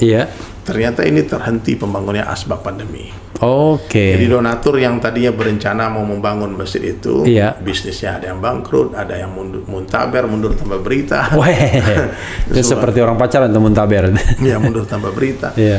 Akhirnya ketua masjidnya waktu itu Pak Najib namanya, dia bilang, Ustaz bisa nggak dipegang ini, ditulis disobekkan map itu pakai spidol BSI 77888 44491 terus nomor 772298 duanya 6 kali 98 ditulis. Terus saya bikin kan, nanti boleh teman-teman yang mau donasi ke masjid itu silahkan. Nanti saya taruh di sini ya, sobat daerah sekalian, saya taruh di di deskripsinya dan silakan nanti kalau mau donasi. Donasi ke sana. Saya ikhlasnya. Nggak apa-apa, banyak yang penting ikhlas. Daripada sedikit tapi diungkit-ungkit malah jadi penyakit nanti. Luar biasa. Lebih baik banyak tapi ikhlas daripada sedikit diungkit-ungkit. Akhirnya saya putuskan waktu itu Bang Refli untuk melukis 30 juz Al-Quran di masjid itu. Setelah saya berkunjung ke Bait Al-Quran di Gandus. Itu punya teman saya tuh. Sofatila itu mengukir Al-Quran di atas kayu. Sofatila itu anak angkatnya mantan ketua DPR Marzuki Ali. Iya, ajib tuh. Bagi saya apa yang dia buat nggak masuk akal. Kalau Kiai Opat bisa mengukir Al-Quran di atas kayu, saya harus bisa melukis Al-Quran di atas kanvas. Itu motivasinya. Maka saya umumkan waktu itu, 1 halaman donasi, 1 halaman Al-Quran, donasi 10 juta, nanti nama donatur saya tulis di setiap lukisan. Jadi kalau Bang Refli nyumbang 1 halaman, nanti saya tulis namanya di sana. Nanti kita sedang mengumpulkan 604 nama. Ya, sekarang alhamdulillah sudah terkumpul 420 nama. Berarti step by step, pelan-pelan Allah antara orang-orang baik. Saya mau 1 halaman, saya mau 2 halaman, saya mau 10 halaman. Terserah, silakan. Siapapun yang berminat mau ikut melukis sejarah ini, silahkan ya. Itu masjid rumah Allah, bukan rumah orang Palembang. Itu rumah Allah. Itu jadi, posternya ada waktu itu. Ininya yang nomor apa-apa. Nomor rekeningnya ada. Ya, oke lah. Soalnya kalau memang ada bisa ditampilkan sebenarnya. Boleh nanti mungkin bisa dilihat di channel YouTube saya dari Sulaiman Sahabat. Oke, enggak apa-apa. Ya, nanti di deskripsi aja ya. Atau follow di Instagram saya juga sering saya upload di sana. Jadi sekarang Allah yang menyatukan kita sebetulnya, Bang Refli. Ternyata orang Palembang juga. Tempatnya di mana Bang Refli lahir? Saya lahirnya di Palembang. Palembang Kota? Palembang Kota. Bapak Ibu Ogan Komering Ilir, tapi saya lahir dan besar di Palembang sampai SMA.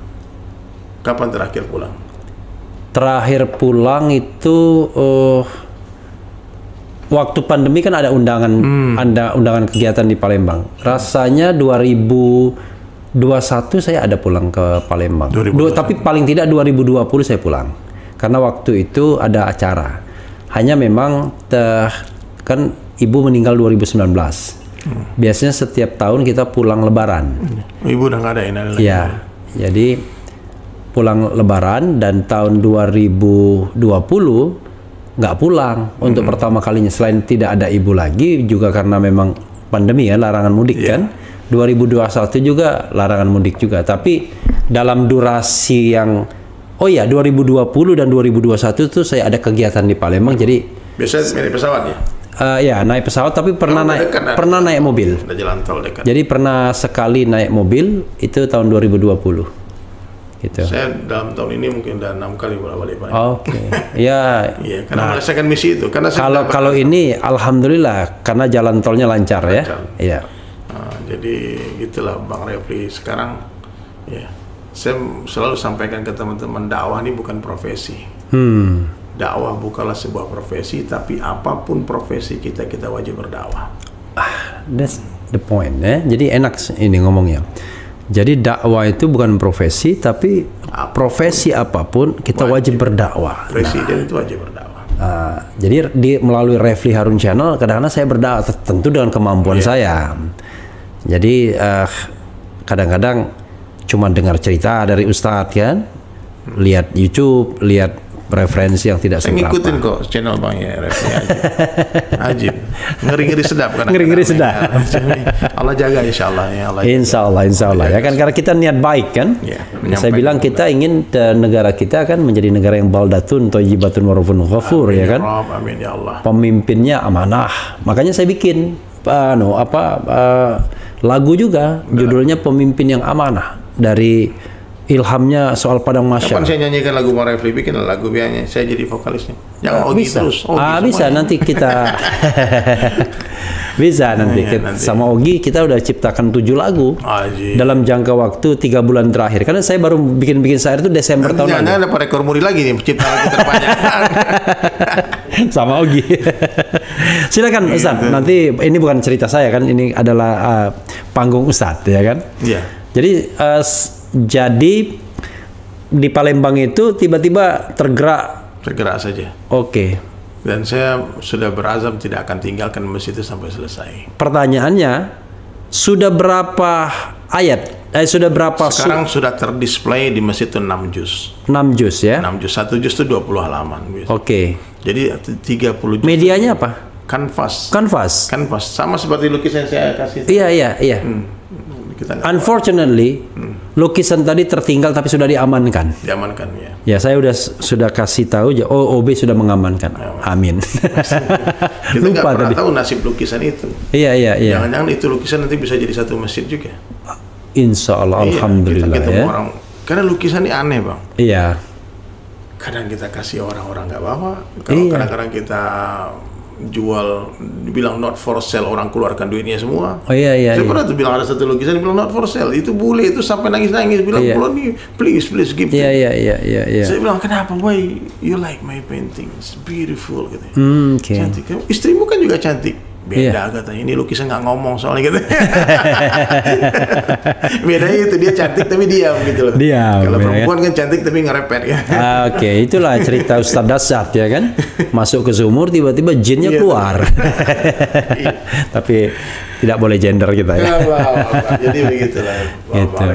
Oh, jadi sudah selesai berapa juz tadi? 6 juz. 6 juz. Kalau backgroundnya mungkin udah sampai sekarang udah 18 juz. Berarti Ustadz harus sering ke Palembang untuk membuat itu?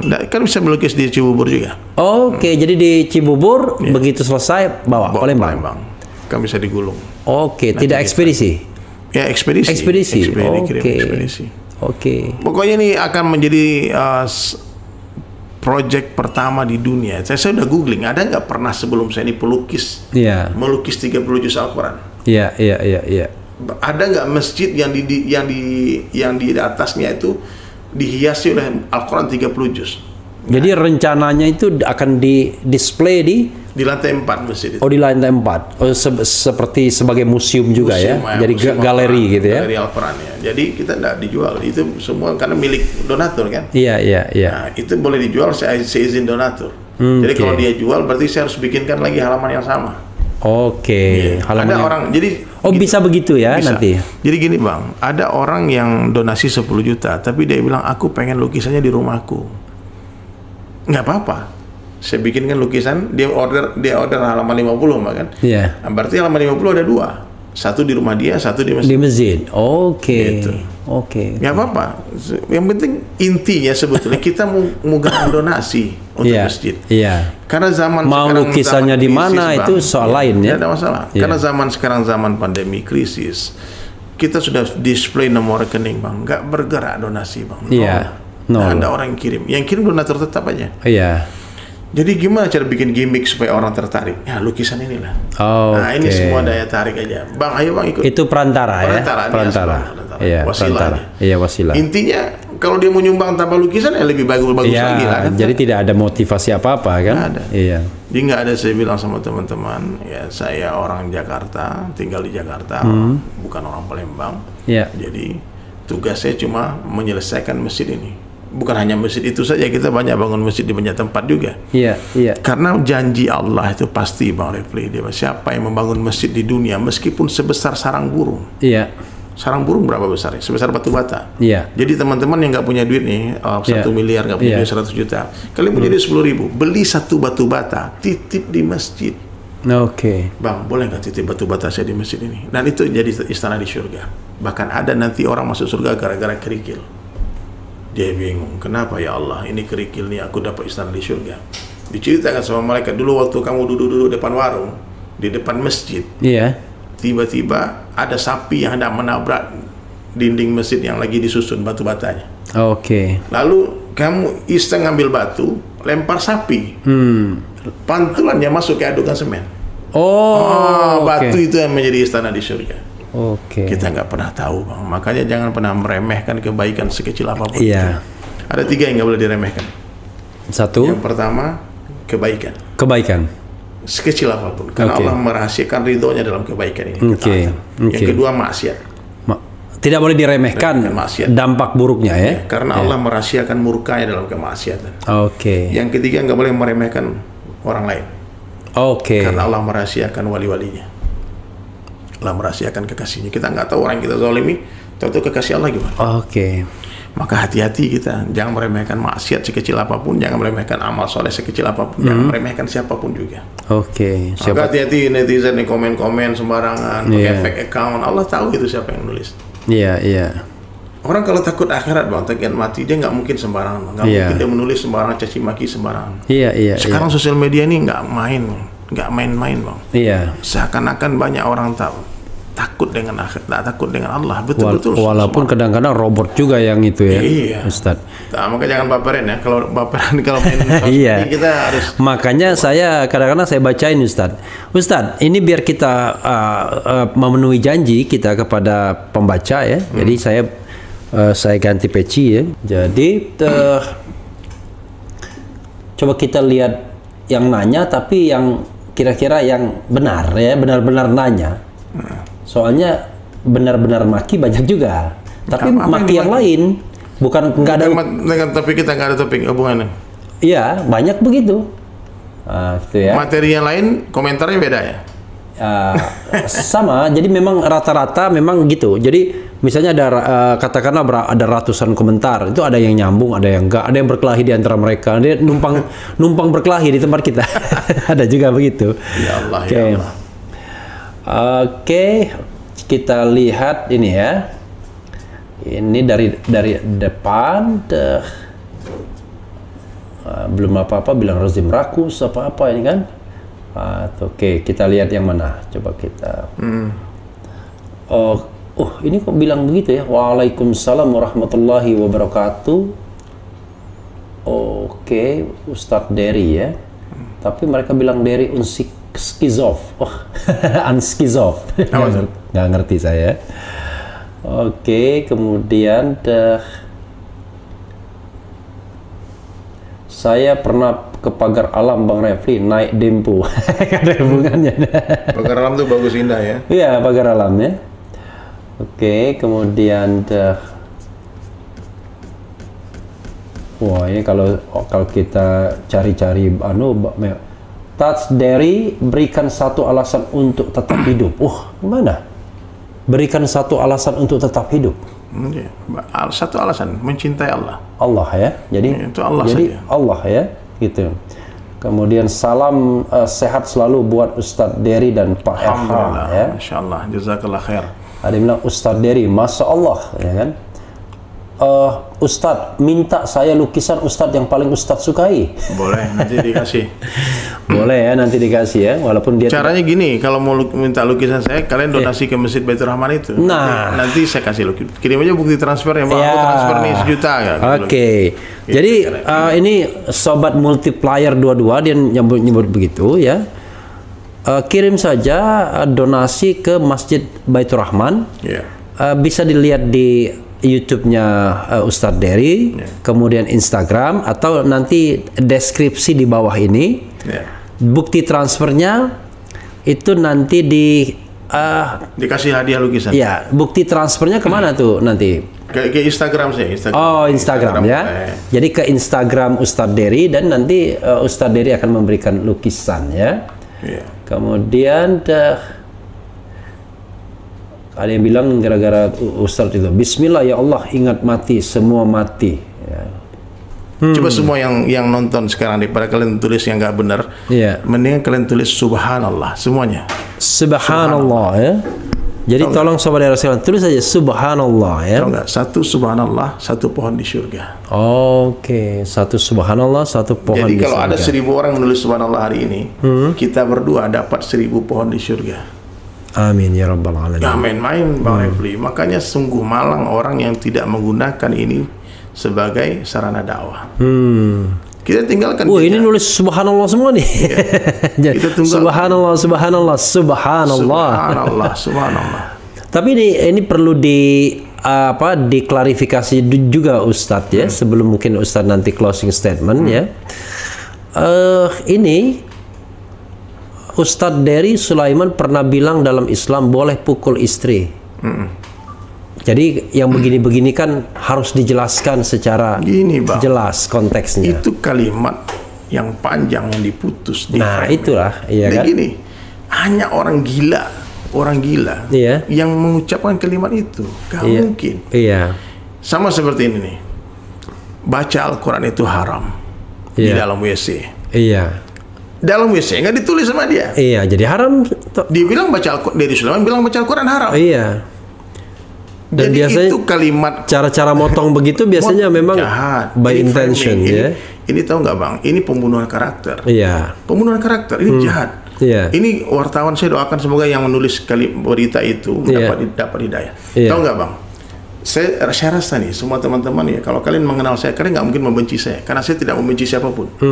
Saya tidak pernah menghujat siapapun. Wallahi nggak ada. Kalau saya berkarya wajar lah. Kalau mengkritik sebuah kemaksiatan bukan berarti kita benci dengan pelaku maksiat. Kalau kita benci dengan karena penyakit, itu kewajiban amar ma'ruf nahi munkar. Kalau kita benci penyakit bukan berarti benci dengan orang sakit. Kita bunuh penyakitnya, orang sakit kita selamatkan. Nah, bukan kita benci orangnya. Jadi ketika saya membela Ustazah Oki waktu itu, Ustazah Oki kan menceritakan tentang ada orang yang menutupi aib suaminya. Ya, dia tidak menceritakan aib suaminya di hadapan mertuanya. Istrinya tidak menceritakan aib suaminya di hadapan ibunya. Itu kan sebuah point of view-nya itu menutupi aib suami. Kemudian cuma dia berdoa. Kemudian dengan doa itu nanti suami akhirnya berubah, akhirnya jadi lembut, jadi sayang sama dia. Itu poin cerita itu, bukan Ustadz Oki bukan sedang mendakwahkan KDRT.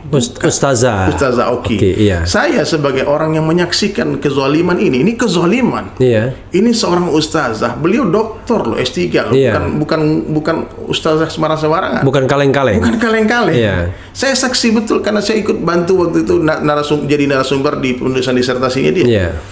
Subhanallah, orang baik semacam ini punya madrasah tahfizul Quran, hidupnya untuk dakwah.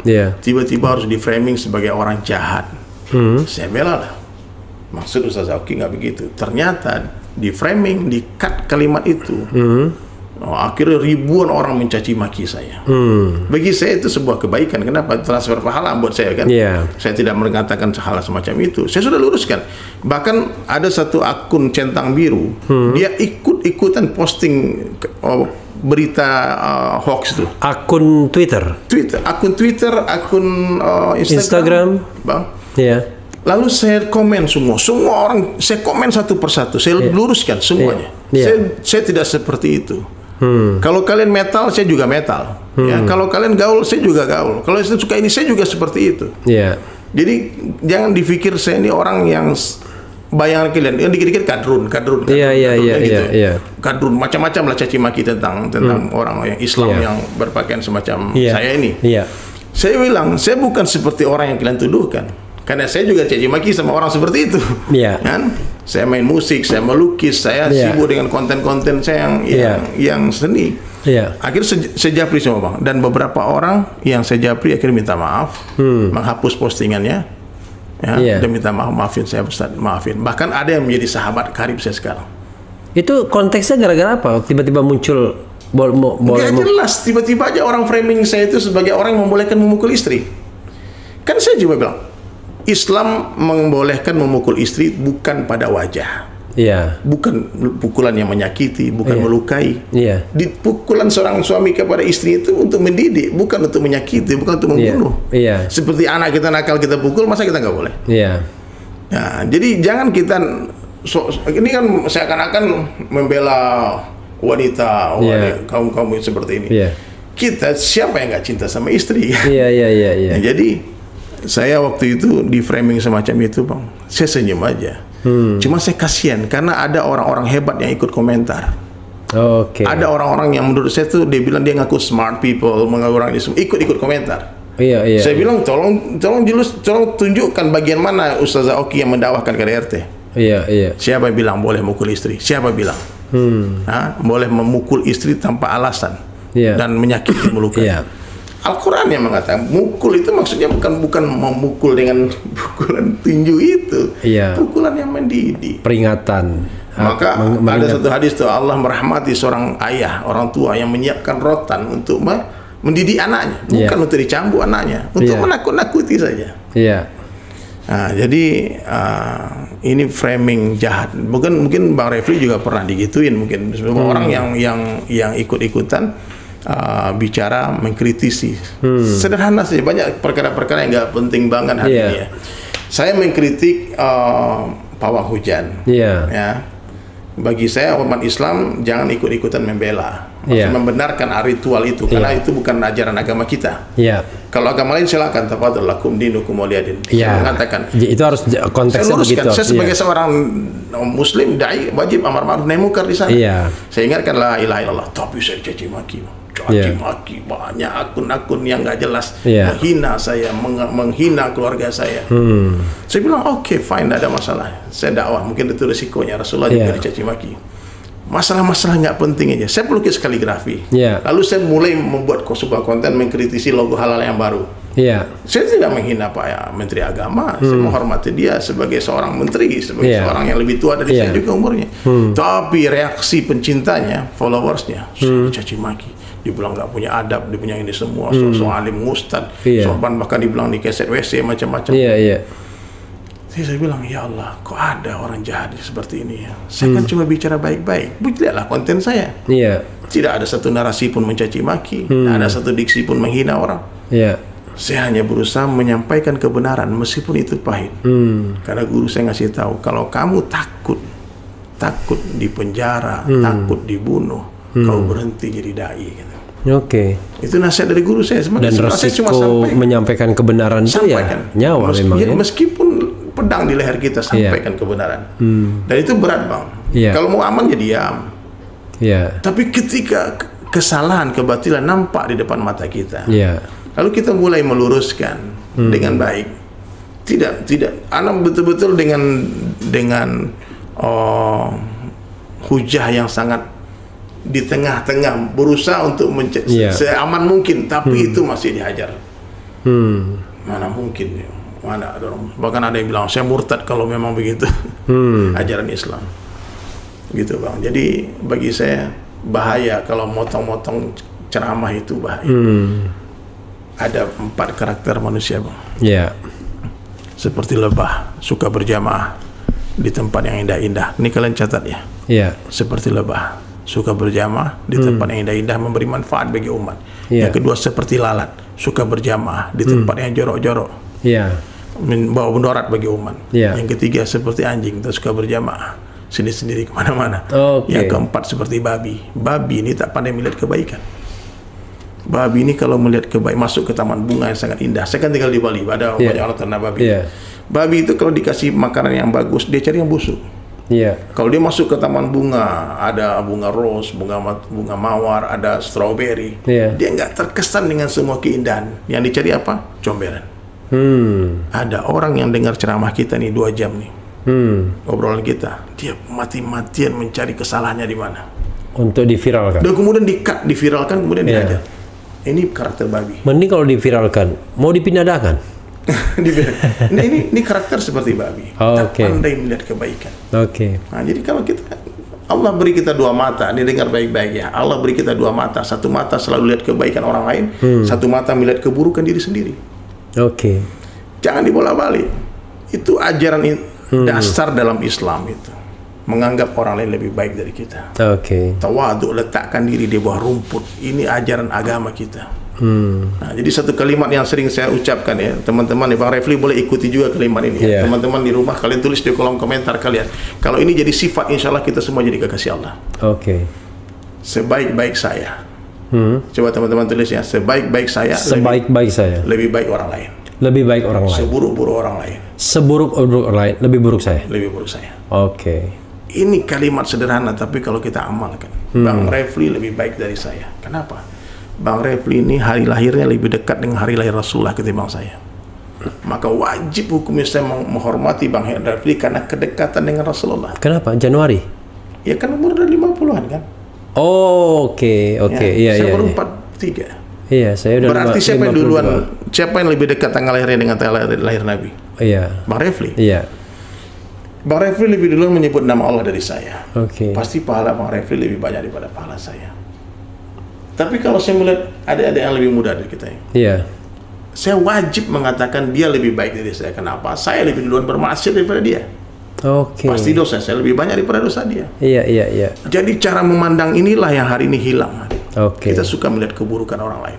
Kalau kita lihat keburukan orang, Bang Refli, kita benci sama dia. Kalau kita lihat kebaikan orang, kita sayang sama dia.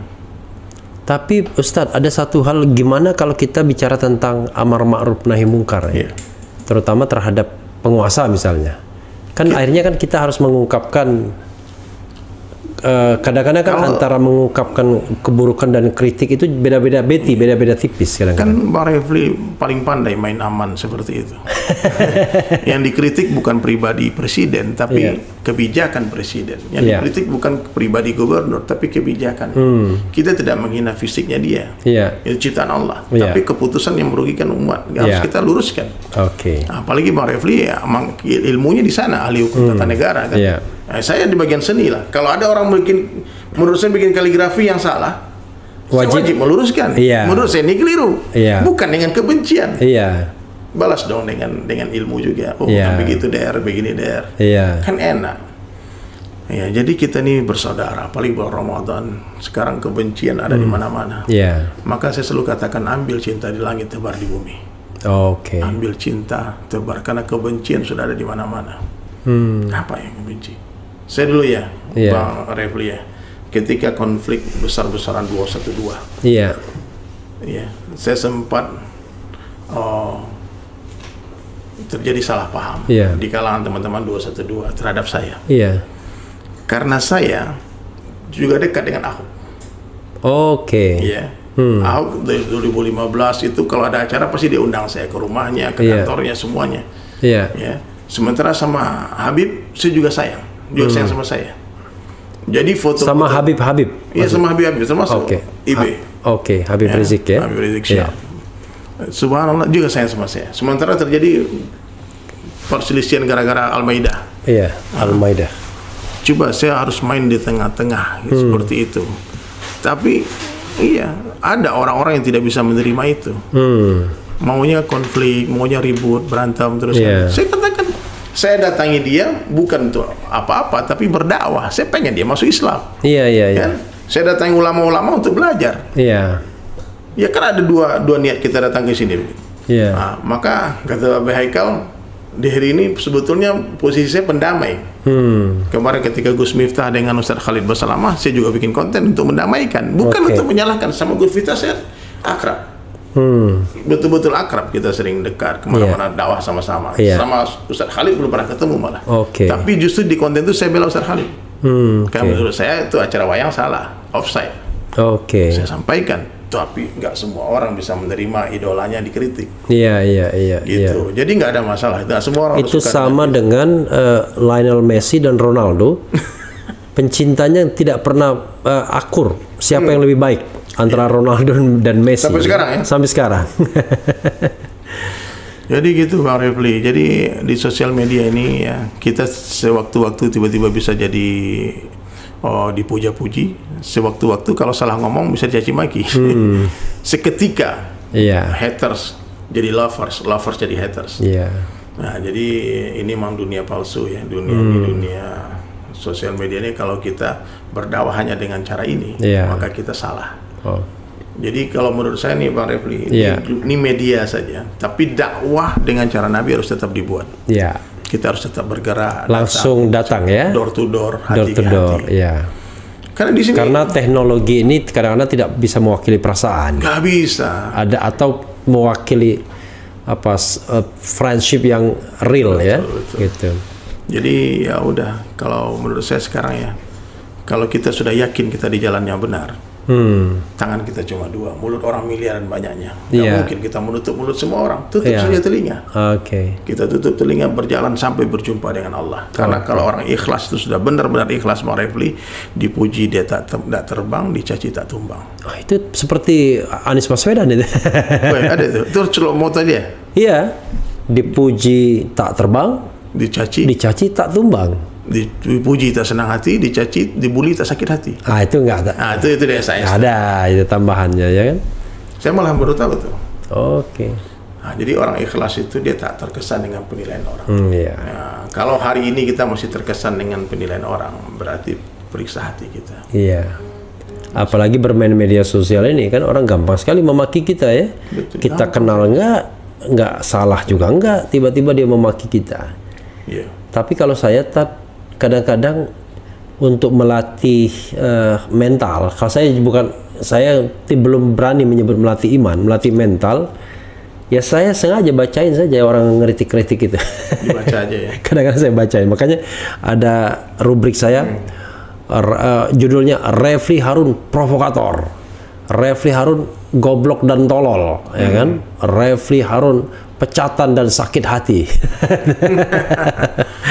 Karena ada juga haters Bang Refli. Banyak. Seganteng ini masih ada Refli. Nah itulah. Tapi itu fitnah itu. Karena cuma dua orang yang bilang saya ganteng, anak saya dan istri saya. Ya Rabbi, hidayah umat ya Allah, hidayah umat ya Allah. Jadi sekarang ya semoga orang-orang yang bekerjanya seperti itu. Ada orang bekerjanya memang didesain seperti itu. Ada yang menulis begini, sudah menulis jadi Sumaya, namanya Sumaya. Sebaik-baik saya lebih baik orang lain, seburuk-buruk orang lain lebih buruk saya. Ustadz Dery Sulaiman. Betul. Coba ditulis itu. Ditulis di sini sudah. Udah di kolom komentar. Iya, di kolom komentar. Sebaik-baiknya orang adalah pemimpin yang adil, seburuk-buruknya adalah penguasa yang zalim, pembohong. Tapi ditambah pelanggar. Ini pecinta ulama nih siapa nih pecinta ulama? Kadrun terus dari tadi. Jadi kita kadang-kadang ini juga Ustadz, kadang-kadang robot juga ini kalau sudah banyak itu kita harus melihatnya ya kan. Karena itu kalau jangankan saya nih, Deddy Kobuzer mengkritik tukang pawang hujan, dicaci maki kadrun semua orang. Sebenarnya dia bingung juga tuh. Aku dia menjadi kadrun gitu. Allahu Akbar. Jadi begitulah. Ustadz, saya zolim dengan Ustadz kalau saya membiarkan Ustadz duduk selama lebih dari ini kita sudah 1,5 jam. Nggak terasa ya. Nggak terasa lah 1,5 jam. Bayangkan. Tetapi kita mungkin saya nyanyi satu lagu lagi nanti. Oke. Sebelum closing saya akan sampaikan teman-teman sahabat sekalian. Silakan take your time Ustadz ya. Ini Ramadan time, Ramadan time. Saatnya kita mulai ya. Ini 2/3 malam, 1/3 malam. Ini waktu terbaik ya kalian nonton podcast ini.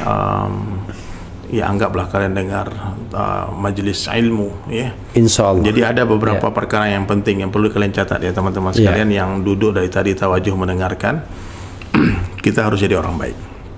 Ini penting. Harus jadi orang baik. Dalam pandangan siapa? Dalam pandangan Allah. Orang baik itu ciri-cirinya ada. Yang pertama, ciri-ciri orang baik itu hatinya bersih.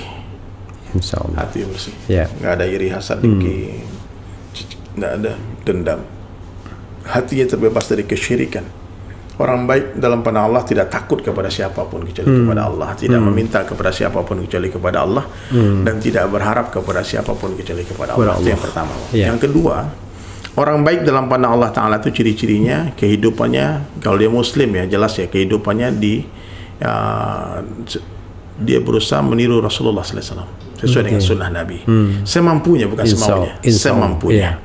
Yang ketiga, orang baik dalam pandangan Allah salatnya berjamaah di awal waktu dan di tempat azan dikumandangkan. Ya, khusyuk salatnya. Yang keempat, ciri-ciri orang baik dalam pandangan Allah itu dia haus akan ilmu. Kayak Bang Refli, Masya Allah, sudah kayak gini pangkatnya, pengalamannya, tapi masih belajar, masih mau mendengar saya yang nggak ada DR. Orang sering tanya semuanya, dari Sulaiman tuh ada LCMA nggak? Saya bilang ada. LC itu langsung ceramah. Langsung ceramah. Kalau MA itu motivator akhirat. Motivator akhirat. Terserah lah, itu kan gelar orang yang kebagi-bagi juga. Jadi masih mau belajar tuh loh. Tapi saya nggak pernah nulis gelar. Nggak pernah. Jadi biasanya orang sendiri yang gelar. Kalau saya selalu nulis nama saja. Refli Harun. Tapi DR, SH, MH, LL, M. Iya, itu karena orang searching di internet gitu-gitu. Subhanallah, subhanallah. Gitu. Jadi ilmu itu ternyata Bang Refli seperti air. Dia hanya mengalir ke tempat yang lebih rendah. Orang tinggi hati tak bertambah ilmu. Kemudian kata Buya Hamka, ajib nih, semakin luas ilmu seseorang, semakin sedikit dia menyalahkan orang. Jadi orang kalau tinggi ilmunya, dia mudah menerima perbedaan. Nah, itu yang ke berikutnya. Dan ciri-ciri orang baik berikutnya dia tawadu. Tawadu yang tadi itu, sebaik-baik saya lebih baik orang lain, seburuk-buruk orang lain lebih buruk saya. Dia letakkan diri dia berumput, dia hinakan dirinya sehina-hinanya sampai tak ada lagi orang yang berani menghina dia. Malu orang menghina dia. Karena nggak apa-apa. Kalau orang hina kita, memang saya mungkin lebih hina dari itu. Itu baru sedikit kesalahan saya yang kamu tahu, yang kamu nggak tahu masih banyak lagi. Kemudian berikutnya ciri orang baik, dia suka meluruskan niatnya Bang. Tasihun ya. Sebelum beramal, sedang beramal, setelah beramal istighfar. Habis kita bikin majelis ini kita istighfar. Jangan-jangan majelis kita ini mudarat. Jangan-jangan majelis kita ini salah. Gitu loh, kita istighfar ya Allah. Jangan sampai orang yang mendengar majelis saya ini jadi orang jahat. Jangan sampai dia mengambil keburukan dari majelis kita. Kemudian yang terakhir, ciri-ciri orang baik dalam pandangan Allah, dia yakin dunia sementara. Dia yakin dunia bukan tempat tinggal, tapi dunia adalah tempat meninggal. Dunia adalah tempat yang akan kita tinggalkan.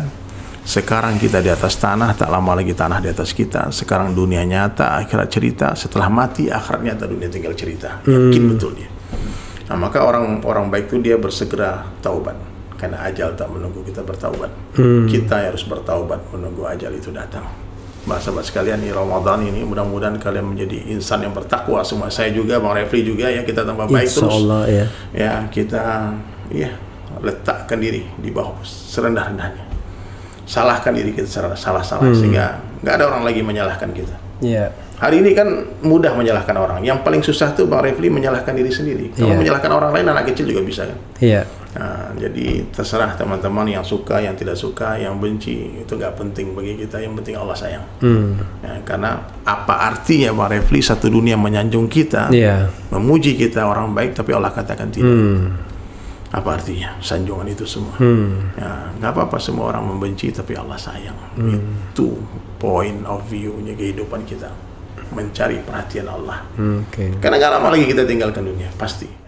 Silakan Ustadz closing statement buat sobat era sekalian, dan juga tentu buat pencinta Ustadz Dery Termasuk juga pembenci Ustaz Dery. Siapa tahu dengan menyaksikan ini malah pembenci menjadi pencinta, ya kan? Iya. Tapi pencinta Allah yang Tapi sebetulnya haters itu adalah lovers yang tersembunyi. Nah, seperti karena kalau orang benci kita beneran, dia nggak mau komen, nggak mau lihat, nggak mau nonton konten kita. Dan nggak peduli dia. Nggak peduli, I don't care. Ya. Jadi karena di YouTube nih algoritmanya like dengan dislike itu sama bayarannya. Sama bayarannya. AdSense-nya sama. Sama. Allahu Akbar. Jadi mudah-mudahan semua Allah beri hidayah ya. Saya doakan semua yang menonton Allah jadikan raja dan ratu di surga. Amin ya. Bahagia dunia akhirat. Berkah rezekinya, anak jadi anak yang soleh-soleh, alim-alimah, dai-dai, hafiz-hafizah, rezeki berkah berlimpah, diberi kesehatan, yang berhutang Allah lunaskan hutangnya, yang sempit Allah lapangkan hidupnya, amin. Amin. Ini kalau nggak kita close sampai subuh nggak selesai.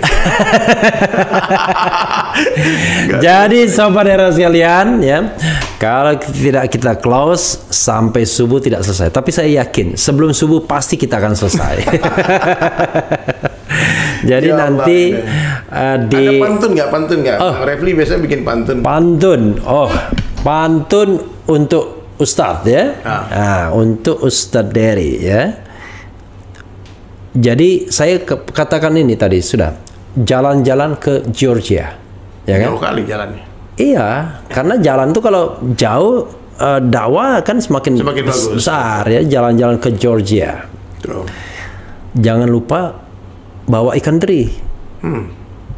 Luar biasa, kurang kerjaan tuh orang. Tapi hati Refli Harun sangat bahagia bertemu Ustadz Dery. Masya Allah. Saya apalagi senapakan. Kita baru ketemu belum sampai 24 jam nih, tapi seperti udah bertahun-tahun kita bersama. Insya Allah. Allahu Akbar. Jadi Masya Allah. Jangan lupa di like ya, di subscribe channel YouTube saya juga. Sulaiman dan Sahabat. Jadi Dery Sulaiman dan Sahabat. N Sahabat. N ya. Jadi Dery Sulaiman N Sahabat, juga ikuti Instagram Dery Sulaiman. Mudah-mudahan hari ini, malam ini, pagi ini, menjelang subuh ini ya, kita mendapatkan manfaat yang sebesar-besarnya karena podcast ini. Dan sobat yang sekalian, saya tidak akan mengganggu sobat lebih lama karena saya yakin sobat ingin sahur. Wassalamualaikum warahmatullahi wabarakatuh. Silakan. Sekurus-kurusnya ikan pasti ada dagingnya, segemuk-gemuknya ikan pasti ada tulangnya.